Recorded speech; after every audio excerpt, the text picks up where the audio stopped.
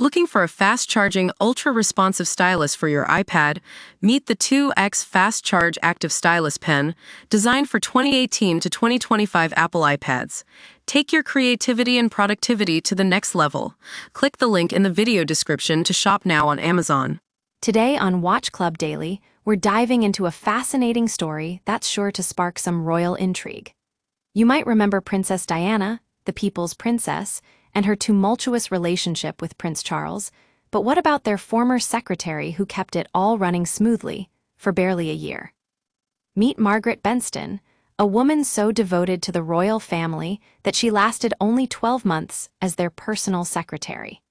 Can you imagine going from being part of one of history's most iconic families to leaving in such short order? Benston joined the royal family in 1981, shortly after Princess Diana married Prince Charles. As their trusted aide, she was responsible for managing the royal couple's schedules, correspondence, and even their wardrobe choices. Talk about a high-pressure job, but despite her impressive resume, Benston's time at Buckingham Palace came to an abrupt end. Sources close to the palace suggest that Benston's departure was due to differences with Princess Diana herself. Now, you might be thinking, what could possibly go wrong between two royals? Well, it turns out that Benston struggled to connect with Diana, who famously had a strong will and wasn't afraid to speak her mind. This led to some pretty heated clashes between the two. Fast forward to 1982, when Margaret Benston suddenly quit her job as royal secretary, citing personal reasons.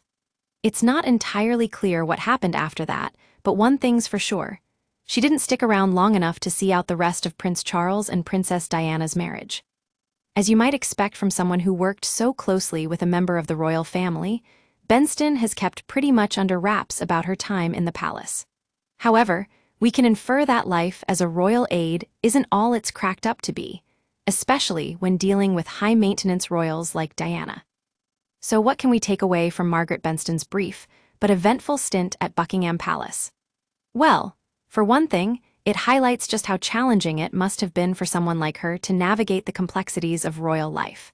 But on a more personal level, it serves as a reminder that even those in positions of power and privilege can struggle with relationships and communication. That's all for today, folks. If you liked this behind-the-scenes look at Margaret Benston's time with the royal family, be sure to hit that like button and subscribe to Watch Club Daily for more intriguing stories about history's most fascinating figures.